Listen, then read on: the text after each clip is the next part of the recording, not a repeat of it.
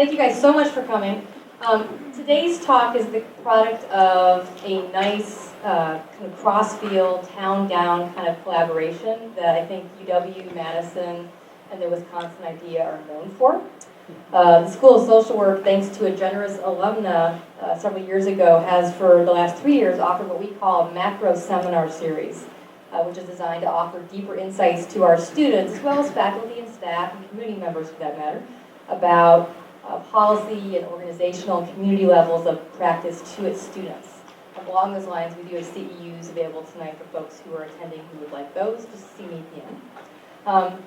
And it was as I was planning this spring's macro seminar series roster that I happened to get a call from a dear former student of mine, MSW student, Kate Morgan Olson, who spent the years since her graduation from her MSW program working seemingly tirelessly along with similarly dedicated folks to provide humanitarian aid along the U.S.-Mexico border and document human rights abuses there with the nonprofit Arizona-based advocacy group No More Deaths.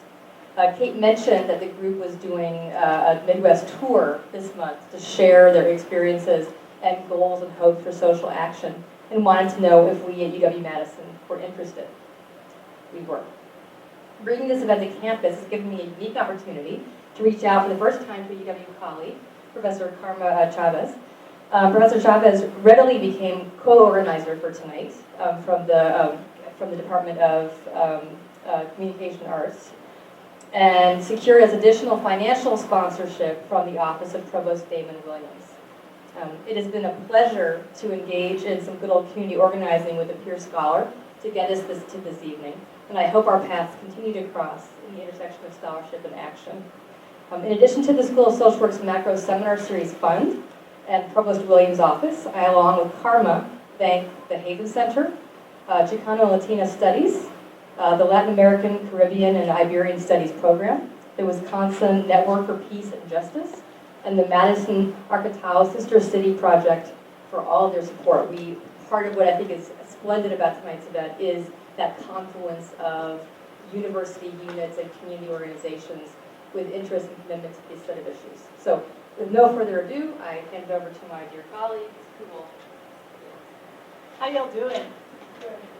Good. Thanks for being here, and thanks for bearing with us getting over here. I didn't realize there were 3 buildings named Biochem, but we made it to the right place, so that's good. I'm not going to spend a lot of time. I do a lot of work on immigration justice, immigration activism. And so I figured that I'll probably do a little bit of the facilitation of question and answer at the end. But really I just want to turn over to Hannah from No More Deaths to allow her to really get into the discussion. And I think it's going to blow your mind. So with that, I'm going to turn it over to you.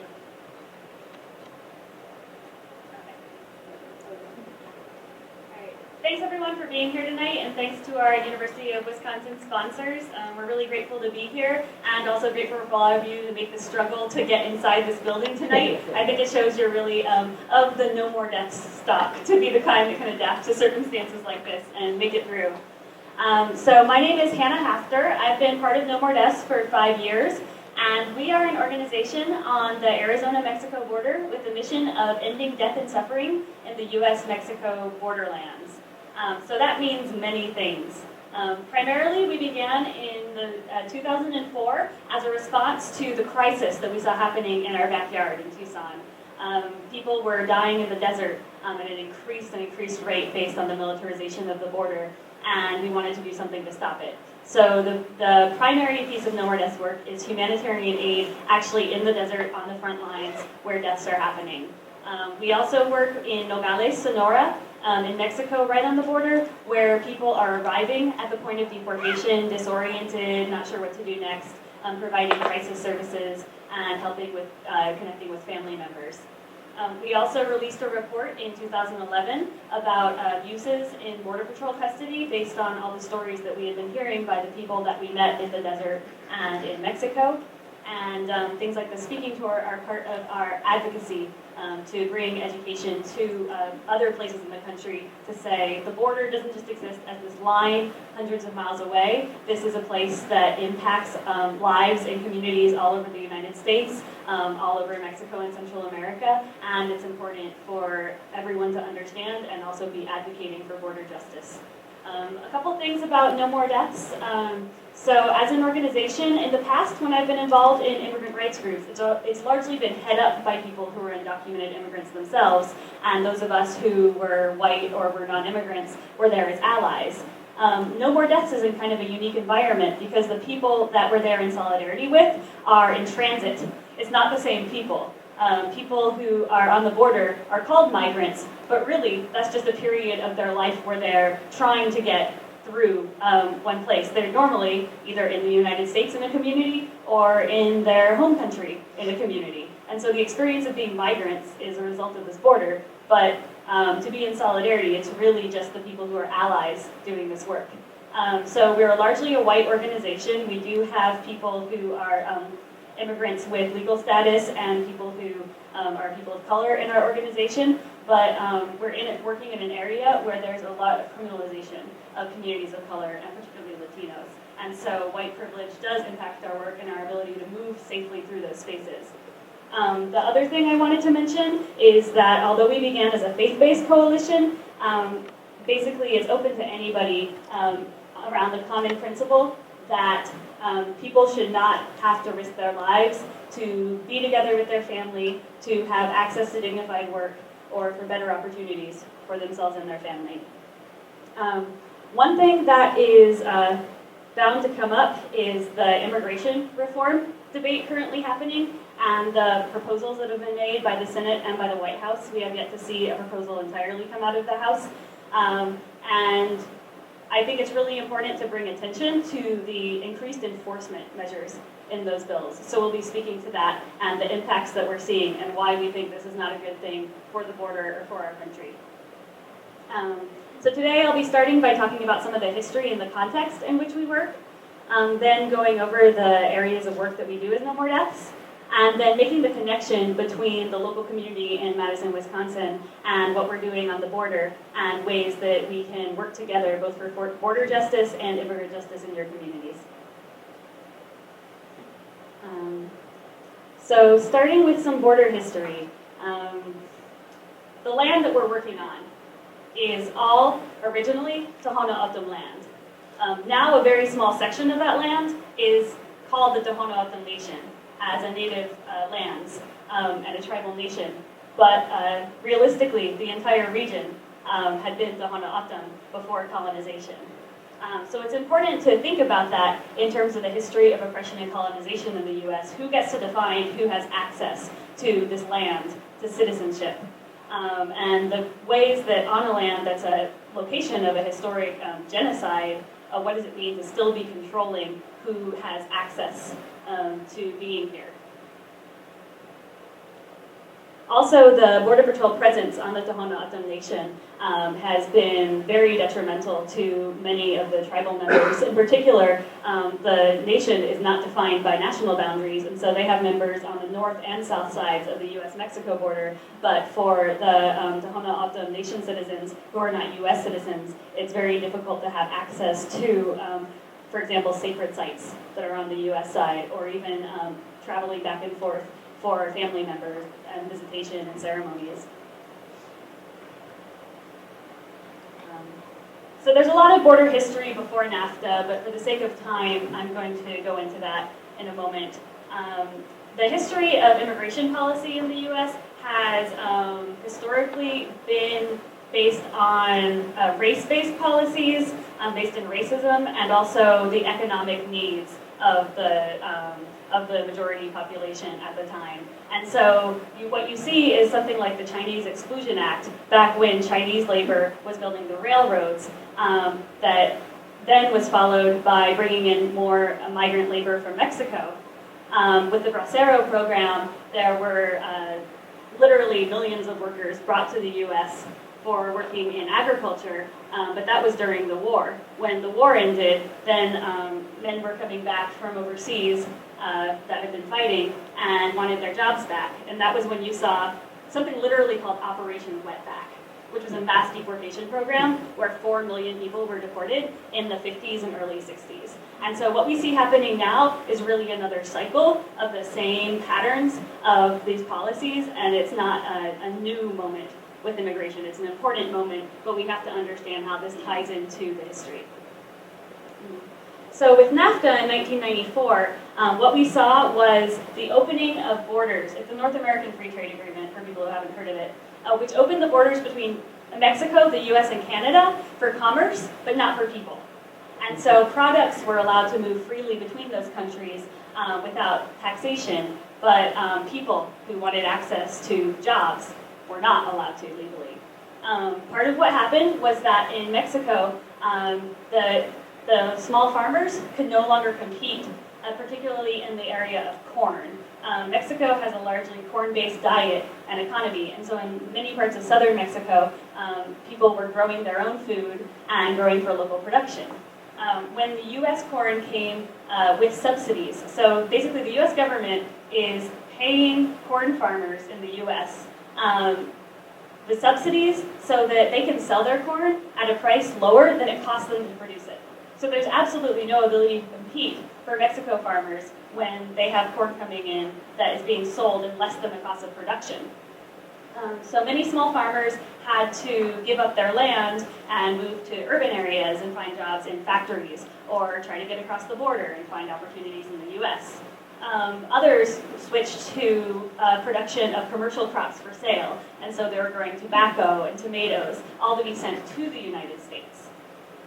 Part of the problem here is that it became dependent on the international economic market.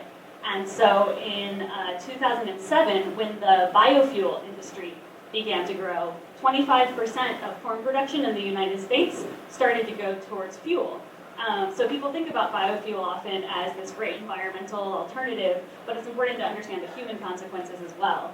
Because as a result of that, there was something called the tortilla crisis, where the cost of corn rose so much that most people who depended on it as their staple food source could no longer afford to feed their families. And this was really when we started to see a huge growth in migration. So that is some of the ways that U.S. economic policy has impacted the migration that we see, and it's important to know that it's not just how things are in the places where people are coming from, but it's actually a product of economic policies from our country. So now in the late 90s, we're looking at basically economic refugees seeking opportunities by coming across the border, but finding increased militarization when they arrive. So previously, people who were trying to cross into the U.S. were doing so in urban areas. They were going through the cities, and the risks were very low. Someone could be detained, but there weren't risks to their life in that area. But through these different plans like Operation Gatekeeper and Operation Hold the Line in Texas, it pushed people, it built the border walls in the cities, it put up a lot of surveillance in the urban areas, and so it forced people into the more difficult areas for crossing. And it basically caused a funnel effect where migrants were pushed into the desert of Arizona. And that is not an accident, that was something that was understood to be part of the policy. And the idea was something called prevention through deterrence. The idea that it would be too deadly, too difficult, and that the border would serve as its own kind of wall. The desert would serve as its own kind of wall.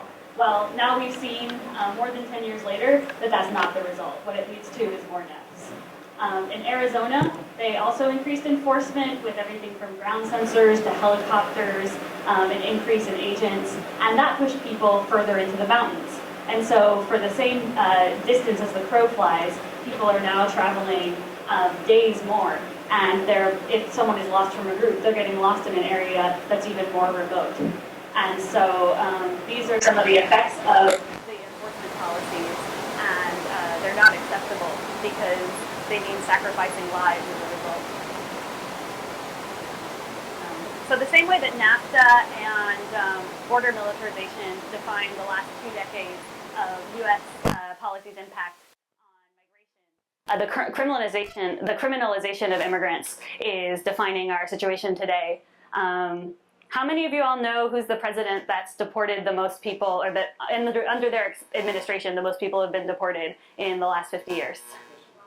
Yeah, under Obama, so people seem pretty clear on that. We're talking about 400,000 people per year that have been deported from inside the United States. At one of my other presentations, someone was asking, so that includes people detained on the border? No, it does not. That's people whose lives have been in the US. We started to survey people we were meeting who had lived in the US before and found an average of 14 years that they'd been living in the US. And part of what that means is that there's very little deterrence that's going to matter for someone whose entire life is in the US, whose family is in the US, and we've seen that the deterrent measures aren't working and people are willing to take any risk possible. The other aspect is that immigration used to be treated as a civil violation, not a criminal violation. So if someone was detained, they would be removed from the country, but they would not be given a criminal sentence or be put in prison.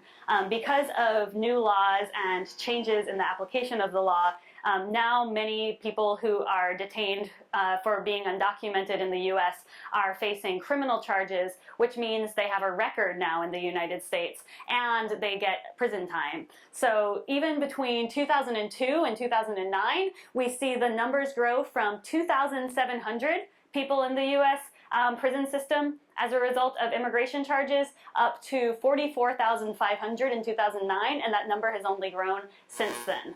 And it's not because there's a difference in the people, it's because of a difference in the policies. Is that just immigration crime? That's just immigration. So this does not include, for example, if someone was charged with robbery and also happened to be undocumented. These are only immigration-based sentences.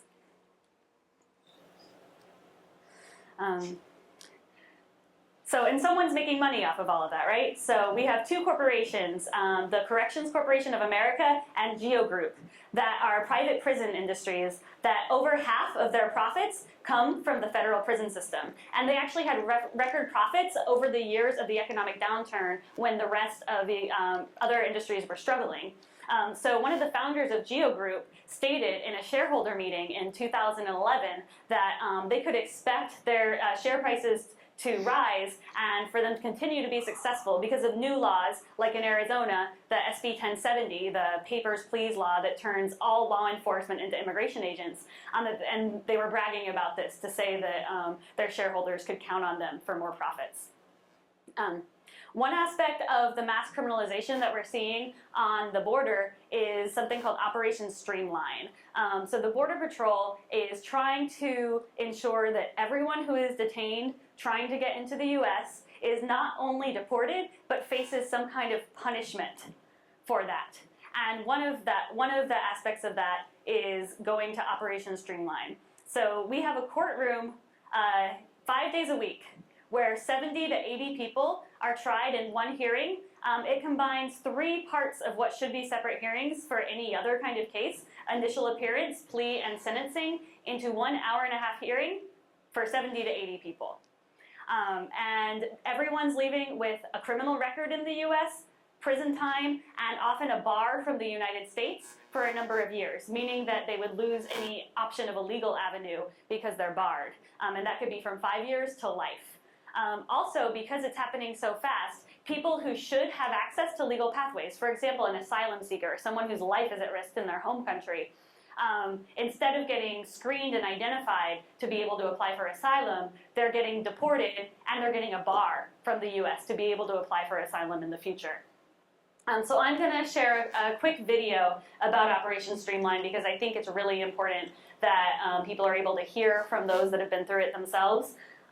Another thing that I think is really important to know, because it's such a part of the visceral experience of witnessing this, is that everybody's in shackles. Their wrists are shackled together, their legs are shackled together, and there is a chain around their waist. And so just the psychological impact of that is severe.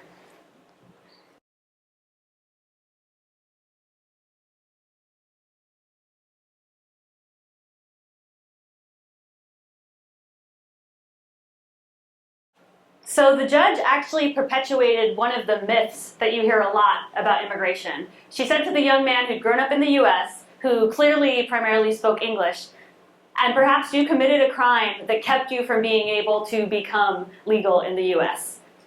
Well, there's this idea that you have to get in the back of the line. But what is the line? There's actually a dozen different kinds of lines. And if you don't fit into any of the categories, there's no line to get into. So even if he spent his whole life in the US since he was a baby, if he doesn't have a direct family member that's a citizen to apply through, and for example, if his brother was a citizen, he could get in that line, and it would take 16 years currently. Or if he didn't have any family members that were citizens, if he didn't have a job that they could prove that there was no US citizen to do that job, so he'd have to be highly skilled, if he didn't have a situation where he was the victim of a crime, there's no line to get into in that case. So it's really important to understand that for a lot of people, they're not choosing this over other options. Going through the desert is the hardest option there is. It's not an option people would choose if they had other ones.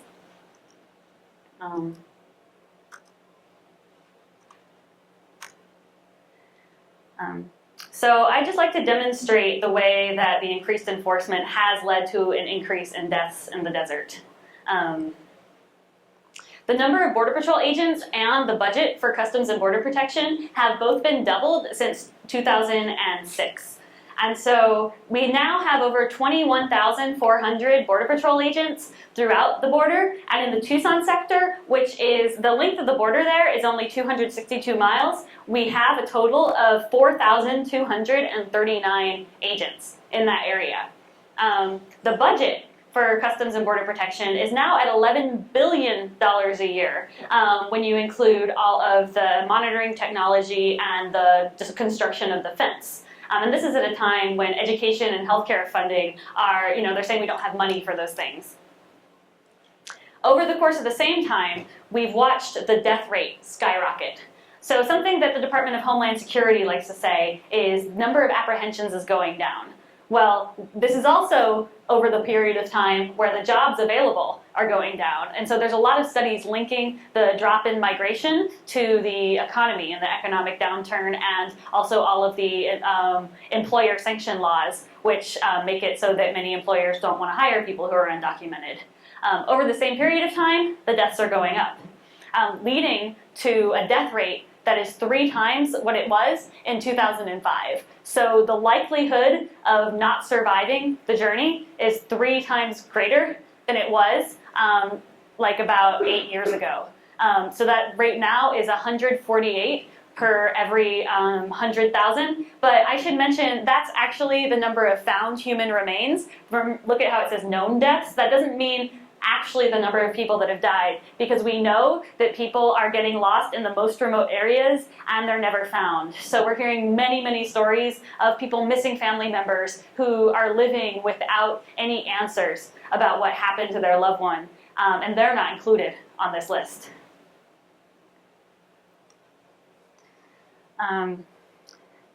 So part of what we're seeing is more and more people with children in the US trying to get back. And the Applied Research Center was able to get information from the government showing that over the last 2 years of the Obama administration, over 205,000 parents of US citizen children were deported. We know that there's about 5 million children in the US who are US citizens and who have parents who are undocumented, at least one parent, if not both. What that means is that many children are living with the trauma of a parent that disappears from their life. And I can't tell you how many times I've helped someone make a phone call in Nogales, Mexico, and they've been talking to their child, and they say like the most basic things of like, so are you doing your homework? Are you still like eating your vegetables? On the phone, saying, oh no, I'm just at work, I had to travel for work, but I'm gonna be home as soon as possible, don't worry, I'll be back. And that kind of thing is just really painful to see. We know that there are over 5,000 children who are in foster care as a result of deportation of their parents. In some cases, and actually in many cases, if the proceedings for the case move forward and the parent is still in detention, or if they're now in another country and can't get information or participate, the proceedings will lead to termination of parental rights and adoption. And so we don't know how many children have been put up for adoption and lost their parents just because of deportation.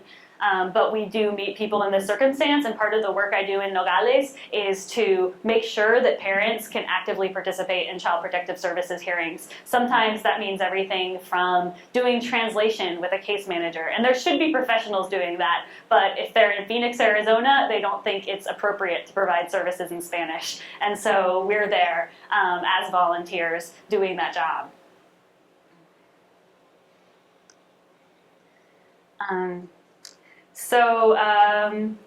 Before we get into the work that No More Deaths does, there was one thing that I forgot to mention that I think is really important, which is that because of in Operation Streamline, there's so many people being pumped through daily, illegal reentry is now the #1 filed federal charge in the United States.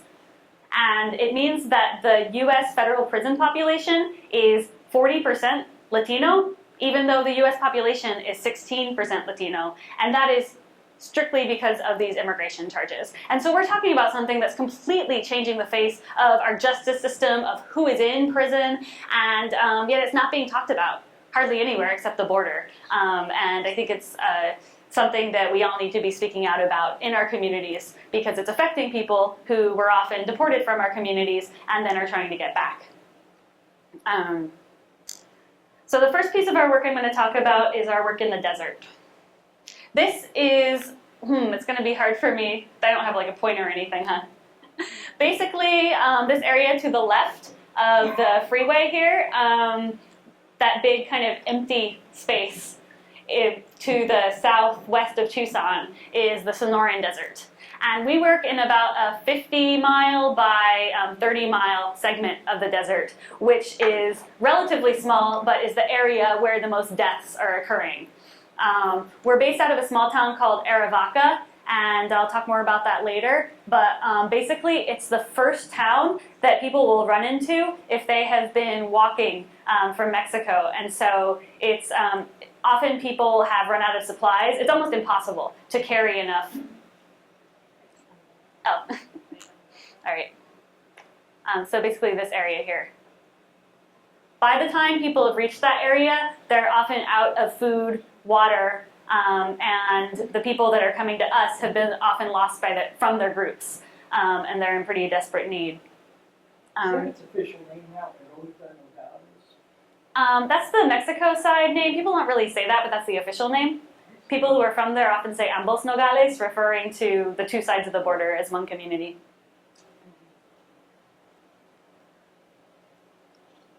So when we talk about the border, this is what it looks like. Sometimes people imagine sort of the rolling sandy hills of the Sahara Desert, and this is very different. There's a lot of vegetation. The plant life out there is very fierce because it has to survive in this environment of 120-degree temperatures in the summer and below freezing at times in the winter. And so it's very difficult terrain to cross through. There's also 7 mountain ranges between where people would enter from Mexico and where they would have to get to. When we say the border, people think of a line, but we're actually talking about over 25 miles north of that line where people have to walk to, because the Border Patrol has instituted checkpoints in all of the roads going north at the 25-mile mark, which means that people have further that they have to go before they can get a ride or really have arrived in the process of crossing.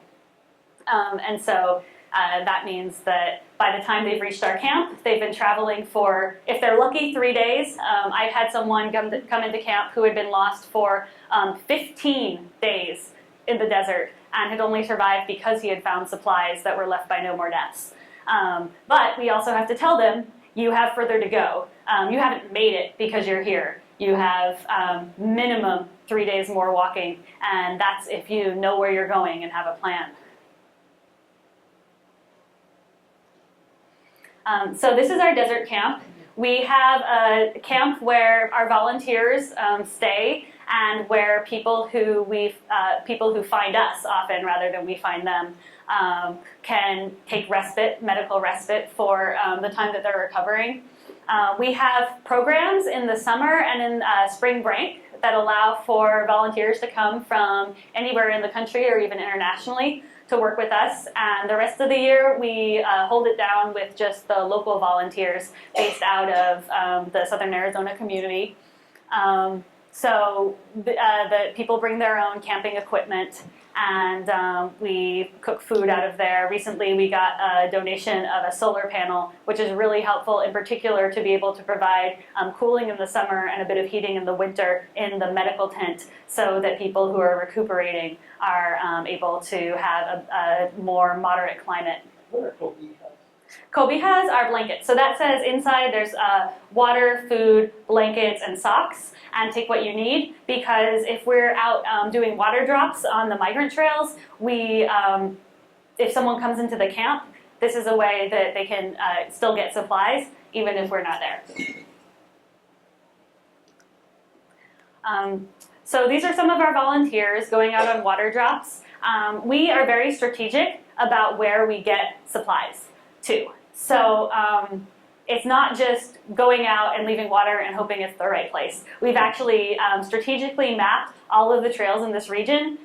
We have GPS systems, as you can see, one of the handheld GPSs in the corner, that identify where the best locations for the drops are. Often, for example, if some trails are going to merge, we'll leave water just above where they merge so that people who've been traveling on any of them will access that point. We also are tracking where the deaths are happening, and we're getting water to where people are dying. So this is very intentional, and it's always in the places beyond where someone could have been able to carry their own water. So this is our medical facility in the desert. It feels a lot like being in sort of an environment of a refugee camp.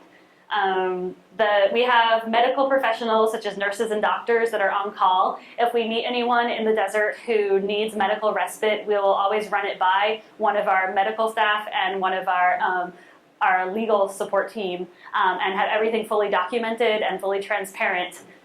We will allow people, basically anyone who's lost from a group needs medical care.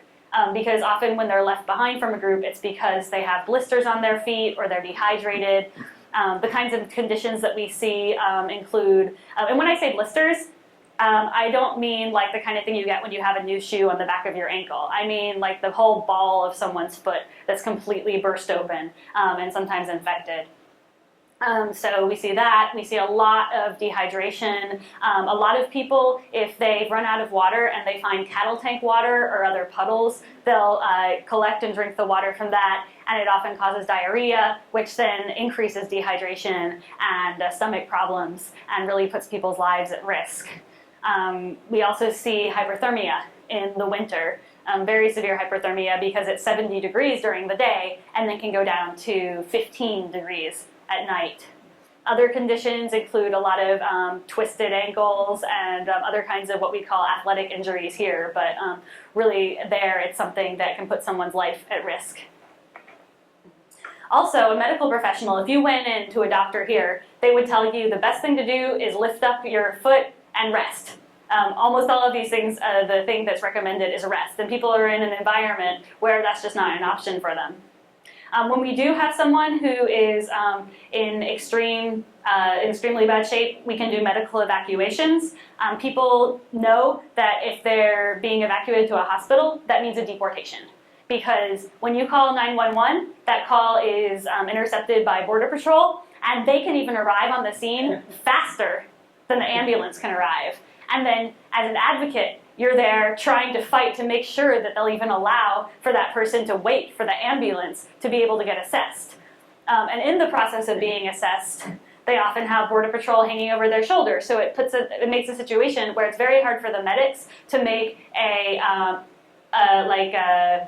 neutral medical assessment. And we always make sure to stay until the end and advocate to make sure the person gets the care that they need. Also, Border Patrol will follow behind the ambulance to the hospital. So when we've tried to do visitation with people that we found, Border Patrol will be standing in the door and refuse to allow anyone to enter. One principle that we operate on that is challenging but important is respecting the decisions of each person that we encounter. So we'll inform them of what their options are and what the consequences may be of those options, but we'll let them choose if they're conscious. And so sometimes someone will be from Central America. We meet a lot of people from Honduras, and they'll have a twisted ankle, and you think there's no way that you can go from here. But they've already traveled through the trains in southern Mexico, which is extremely daunting and dangerous. A lot of people who I meet were traveling with a group that not everyone made it to the Mexico border. Then they've already been in the desert for a number of days. They feel like they're almost there, and they can't imagine the idea of turning themselves in, even if their life may be at risk in not doing that. When someone doesn't want to turn themselves in, we don't call Border Patrol. If someone says, I've had enough, I just want to go home, if they want to turn themselves in, which unfortunately is really our best option in those cases, then we'll accompany them to do that so that we are supervising what's happening during the detention.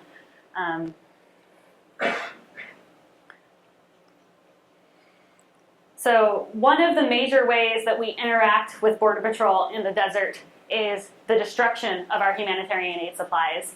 So we have seen the systematic destruction of hundreds of water gallons through being stabbed in the bottom with a knife and the water running out.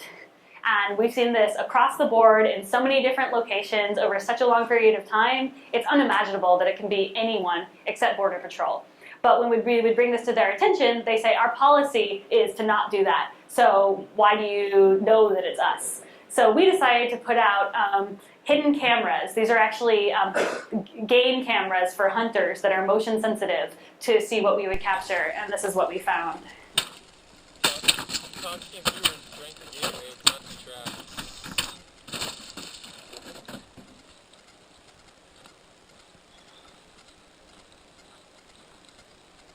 So the sound isn't very good there, but one of those agents is saying the word tonk while they're kicking over the bottles. And we have heard that that is derogatory slang for people that are crossing the desert. And it comes from the sound that a flashlight makes when it hits someone over the head.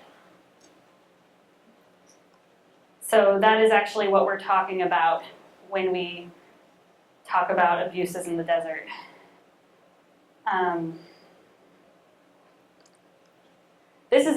These are stills from another video that's only from 4 weeks ago. The other one was from May of last year. This is from a little over a month ago, where an agent found blankets, and the circle is of some cans of beans for food supplies, and took them off of the trail. Those water jugs are frozen solid. They were frozen solid for 5 days when it didn't get above freezing in the desert.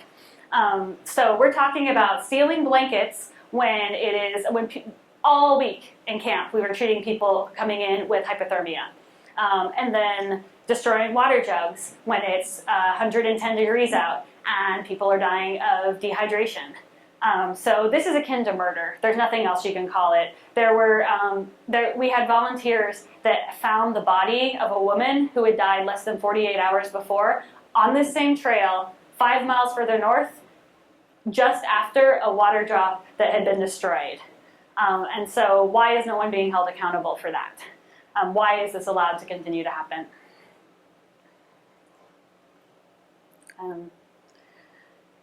So these are some of the ways that the government is using death and suffering as a deterrence to try to keep people from crossing.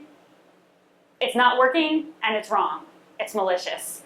Sometimes doing this work, it can feel endless. It can feel really exhausting. It can feel like for everything you do, you don't know how much more needs to be done. And it can feel like a Band-Aid. But one of my friends likes to put it, it's less of a Band-Aid and more of a tourniquet. It doesn't mean that it's getting to the root causes, but we're responding to the crisis at hand in front of us to the best we can and doing something real that has a real impact on people's lives. We also want to do advocacy work that tries to stop the root causes of what's happening on the border. On this tour, I've gotten this question a lot, so I'm just going to answer it now. A lot of people have said, Well, instead of enforcement, what would actually decrease deaths on the border? What would you do at the border? And what I say is the problem doesn't originate at the border. We see deaths on the border because something else has failed. And so having access to legal avenues, for example, would be one way, because then people wouldn't be crossing in the desert. You were talking about like the line that people have to get into become citizens. Are you talking about in the U.S. or are you talking about Mexico or is it both? People from any country to become citizens in the United States. And also to get legal status, which doesn't always mean becoming a citizen. It may mean getting residency or getting a temporary visa. So is it hard to do outside of the U.S. too? Is it not as hard as in the U.S.? Yes, for some people it's the same whether you're inside the country or not in the country. In fact, we have cases of people who returned to Mexico trying to do things the right way because they married a U.S. citizen and they were told you have to go to Mexico and then you can get status through your partner, but you can't do it from inside the U.S. Well, they get to Mexico and find out that they have a 20-year bar because they were living in the U.S. without documents for so long, and so they make it very hard to get in line for people who have some kind of line to get in and want to try to make that effort. Yeah, I was wondering, after you had said that they say we're not ruining the water job sites and all that, what was their reaction after showing them the proof that you guys have? What's their reaction to that since they say, oh, well, we're not doing that? Well, this video was on a PBS special in July. And it also has been seen by David Aguilar, who is the federal head of Customs and Border Protection. So it's gotten its way up there. But we still see the woman who's kicking the water bottles there, we still see her in the field. We had an 18-year-old Guatemalan woman who was 8 months pregnant, who was in the desert, and we were trying to get a medical evacuation, and she was the person that showed up. So I don't know what's happening internally. They tell us that they've sent a memo, and we did see about 2 weeks when there didn't seem to be any destruction of humanitarian aid supplies, and things went back to normal after that.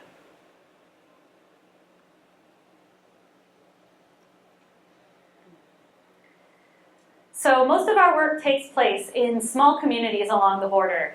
And a lot of our volunteers come from Tucson or come from other places in the country, but there are also people who've lived in these communities for many years who've gotten involved not because of an ideological opinion or because of activism, but because it's something they see happening where they live that concerns them, and they want to do something about it. So we began working with people who are residents in Arivaca intentionally to organize.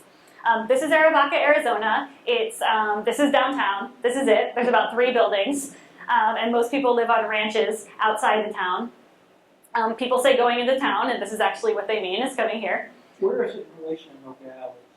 It's 12 miles north of the border, but not just north of Nogales. It's more like northwest.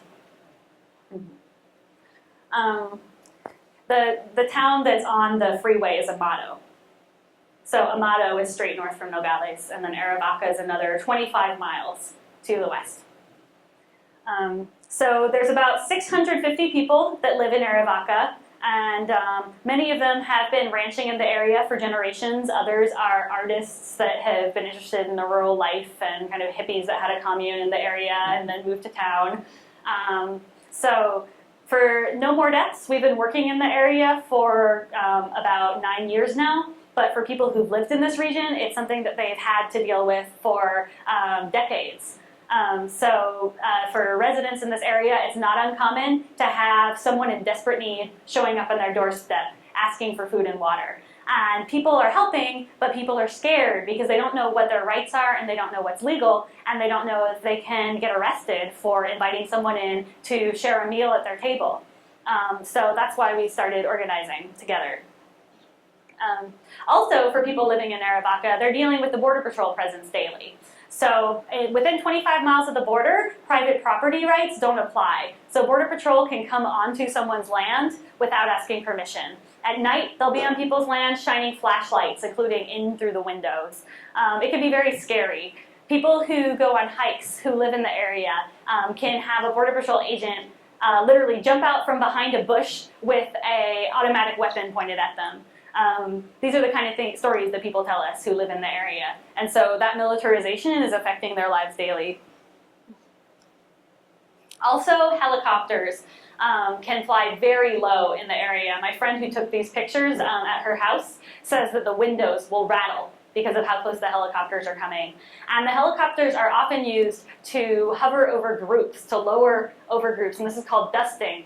And from there, Border Patrol is able to detain a small number of people, but everyone else scatters and runs. And so then residents who see this happening think, who's gonna show up at my doorstep tonight? What am I gonna be able to do? Who's gonna be lost as a result of this?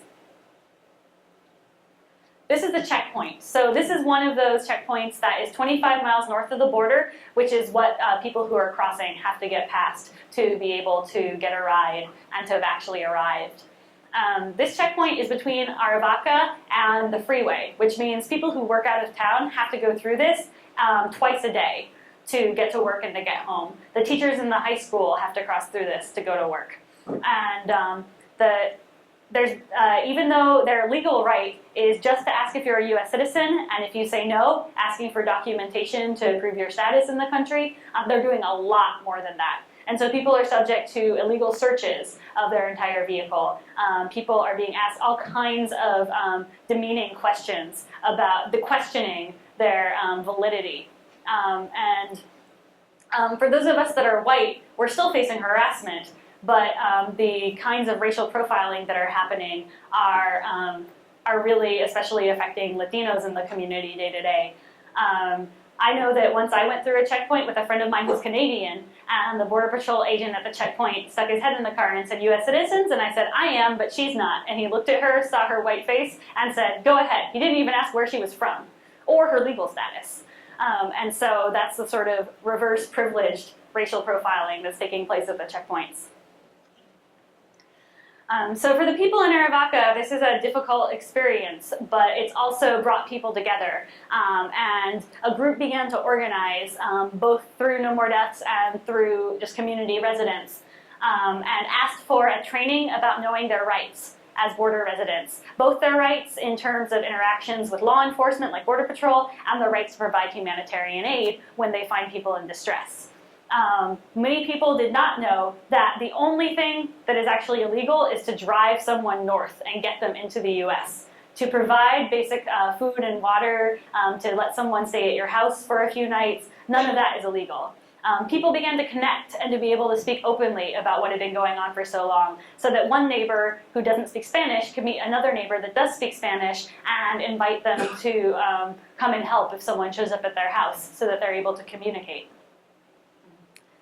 As a group, they did a fundraiser and were able to open a humanitarian aid office called People Helping People in Arivaca, Arizona. So out of those 3 or 4 buildings in downtown Arizona, downtown Arivaca, this is now one of them. It's very prominent on the street. And so if someone is living in a ranch and has migrants in distress come onto their property, they can come to the office and get medical aid supplies like a first aid kit, they can get water, food, and they can even get clothing that's been donated to be able to pass on. Sometimes people are sent to this office if they're on the side of the road and they're traveling, people will let them know to come in.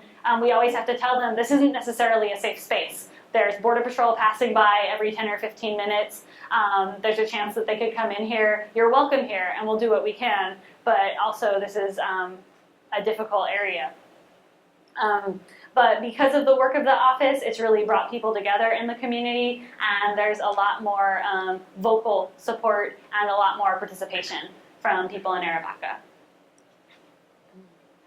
So the work that I'm most directly involved in is the Nogales project.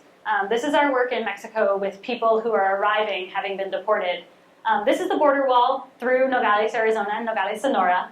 This city was built originally as one city, but because it happened to be on the border, the wall was built through it, and families were separated. So there's now people who are US citizens and people who are not on the same family based on what street they lived on. People travel back and forth to visit family, but a friend of mine who grew up there likes to say, if you start dating someone on the other side, you're in a long-distance relationship, even if you live a mile apart, because to get back, you have to wait in lines that could be an hour to 3 hours long. So the work we do in Nogales came out of a partnership with a Sonora-based organization called Degami. And we started by just providing food, water, and medical aid to people at the entry point, the moment that they were arriving being deported. What we found was there were a lot more needs that weren't being met. There were places that people could have shelter overnight for up to 3 nights. There were places where people could eat meals, but there was nowhere where they could communicate safely with family.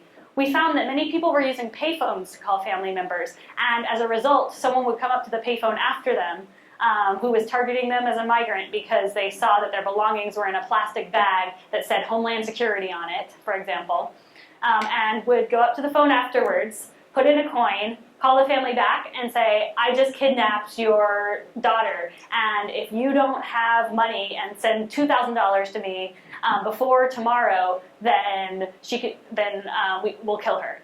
So the families don't know what to do. They don't have a way to reach the person who has been deported, and they're scared. So they send the money, and many resources are being stolen from families that have very little as a result of this.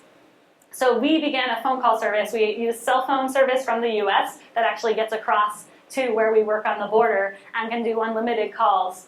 People can call family members in any country that they need to, and it makes it safer. We get people calling family in the United States who doesn't know what happened to them. They were picked up off the street. Someone who, for example, rolled through a stop sign and was pulled over by the police. Their information was run for immigration status, and they were detained on the spot, and the car was impounded.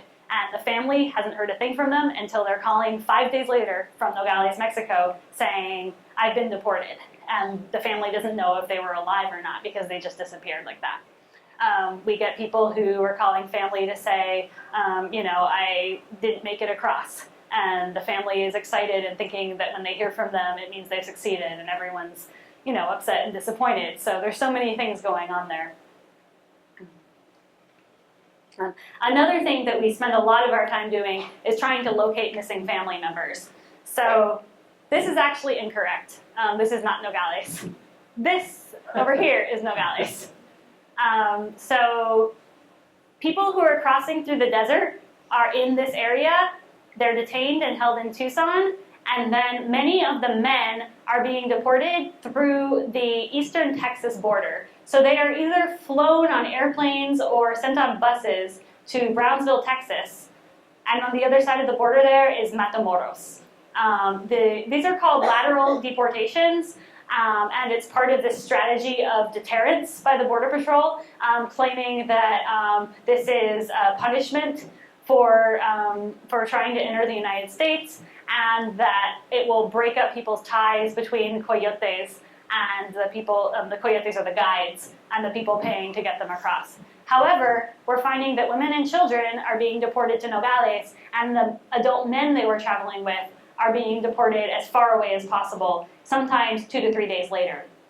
And so there are many women who are terrified by being in this location where they've heard all the horror stories about the border, and they're frantically trying to find their family member. I know one woman whose husband had been carrying all of her belongings for her because it was so difficult in the desert, and so that meant when she was deported, she didn't have ID, she didn't have money, and that's the case for a lot of people. And they don't know that this is what has happened. No one's informed them. All they know is they were separated and now they're alone. And so then we're responsible for letting them know what the circumstances are and what's likely happened and helping them reconnect. We're able a lot of the times to reconnect people, but then they have to figure out how to get back together, what they're going to do next. And it's very difficult.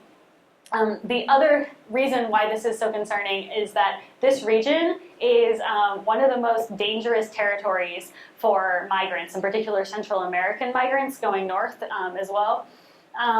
This is the territory of the Zetas cartel. They're known as being one of the most ruthless and violent drug cartels, and there have been mass graves where over 200 bodies of people who've been trying to cross the border have been killed. And I've even had a situation where I was helping someone make a phone call trying to find her cousin who was deported through this area, and the cousin's mother, I guess her aunt, said, we got a call that he had been kidnapped. And so people are being separated, and then over here, the likelihood of being kidnapped is so high that the Repatriación Humana, which is the immigration officers in Mexico receiving people, will no longer bring them to the shelter because there's been too many mass kidnappings at gunpoint out of the shelter, taking everybody. And so instead they just bring people to the bus station to get out of there as soon as possible. But people need money for a bus ticket. If they don't have ID, they find someone who will receive money in their name, and that person might steal all the money. So this is what we're doing with thousands of dollars of taxpayer resources to send people to very dangerous locations. To me, this sounds like cruel and unusual punishment.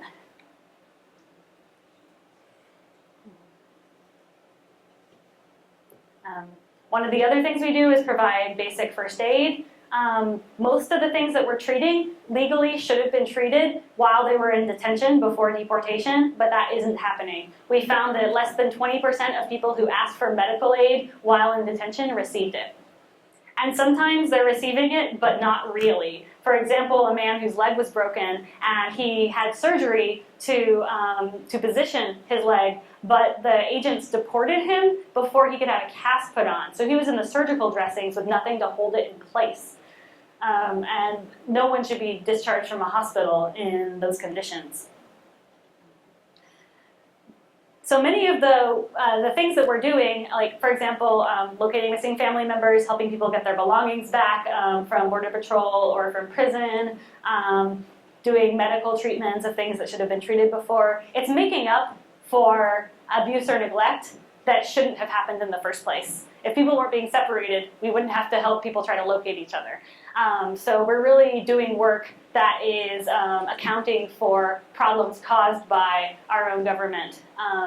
We started interviewing people formally because we were hearing so many stories. We felt that it was important to get them out to the public. So in 2011, we released the report, Culture of Cruelty.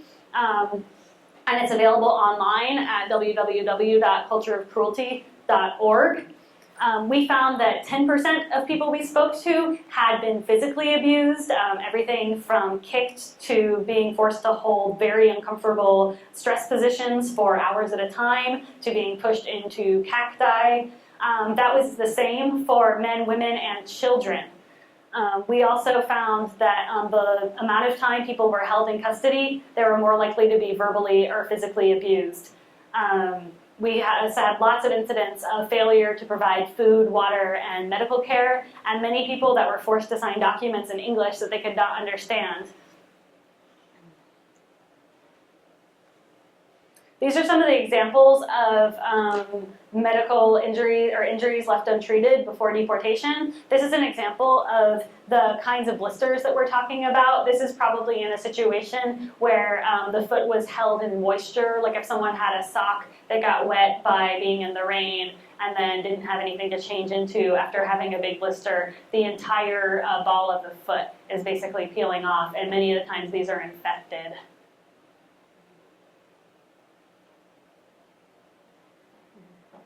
So the reason why we called the report Culture of Cruelty isn't to say that every single agent is abusive. We know that there are agents that are even supportive of what we do. I've had a Border Patrol agent come up to me and say, we're grateful that you're out there because I found human remains and that was really traumatic. I couldn't sleep at night. I never want that to happen again. But we also know that the same abuses are happening throughout the system, and that when they are happening and when there's evidence of them, there aren't consequences. It's being protected at every level of the system. We've sent in over 75 complaints to the Office of Civil Rights and Civil Liberties of the Department of Homeland Security, and we get a form letter back saying thank you for this information, and nothing that happens as a result. So when these so-called regular abuses are allowed to occur with impunity, that's when the more extreme forms can happen. And so here we have Jose Antonio Elena Rodriguez, that's a 16-year-old from Nogales, Sonora.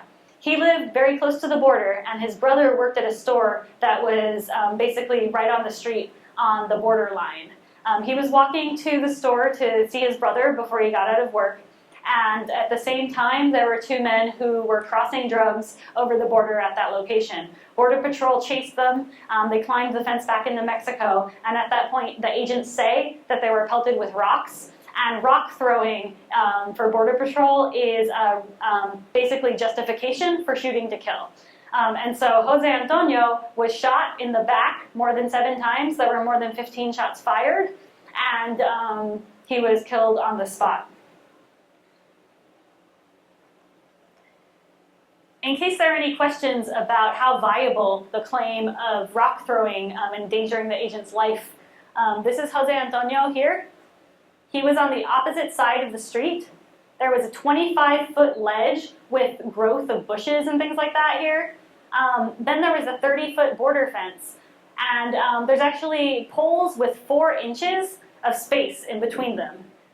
So the agent can shoot through it, but the idea that rocks could be thrown from that location through 4-inch spaces between the poles is just ludicrous. And it's amazing that this isn't being treated as a case of excessive use of force and murder immediately. But the family has found a lawyer, and the lawyer can't even get access to the videotapes that were definitely taken by the security cameras in that area. The FBI has the video, but to this day, there's been no information released on the shooter. We do not know their identity, and we do not know their active duty status, because they may still be in the field day to day as if nothing had happened. So we're demanding justice, and we would like all of your participation in that. So I'm not sure if the copies actually were able to be made. But I think that they're up there. Becky, could you help me with passing those out? We have an action in support of Jose Antonio Elena Rodriguez. And Becky will pass those out, and I'll give you more information in a moment. This is where I want to speak a little bit about how to connect what's going on to the border to local issues and how all of you can get involved. First of all, we have 2 different things. One is this more graphic letter to the Department of Justice, and we also have one that's a full text of a letter with certain demands, calling for an investigation into the murder of Jose Antonio, and also an investigation into why, in all of the 18 cases of people who've been killed by Border Patrol in the past 2 years, there's been no one who's been convicted of any crimes in those matters. We're going to be collecting these at the end of the night, so you can leave them up there at the table with our merchandise when you leave, and that way we can send them all in from the group at the end of our speaking tour. This is also an electronic action available on our website if you want to let other people know about it. Also, we definitely could use your help as volunteers.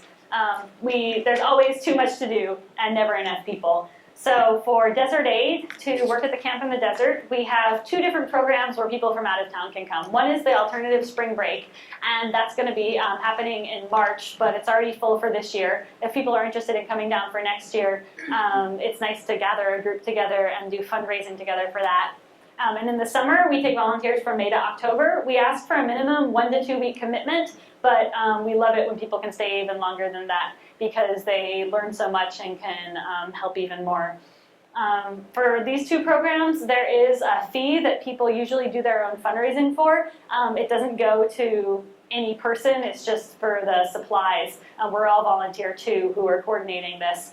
And it's to be able to maintain the infrastructure out there and have the food for people. In Nogales, we take volunteers 3 times a year for 4-month commitments. It requires at least conversational fluency in Spanish because of the nature of the work. We're interacting with people all day, and we have a lot of local partners that we work with that are only Spanish speaking. So the opportunities for that are in February, June, and October, and usually the application comes out a few months ahead. So all of that information can be found on www.nomordeaths.org. Also, at this time when the immigration reform has been proposed, we really want to connect with people in other communities to make sure that border justice is a voice heard from around the country and not just a voice heard from our small little community in Tucson. So we want to stay connected to you. When I pass around a sign-up list, This is one of the things that you can check off in the box. Maybe I can start getting it going here. And if you don't get this to come around to you, you can check in with us on the table up there before you leave. We also want to know how we can support work going on in Madison and how to connect. In some communities, we've connected with groups that will actually call us if someone that they know has been deported or if someone they know has been detained, and we can help locate them in the detention system, or if they're in Nogales, we can even receive packages for them of their things from the place where they've been living, from their family, and deliver that into Mexico.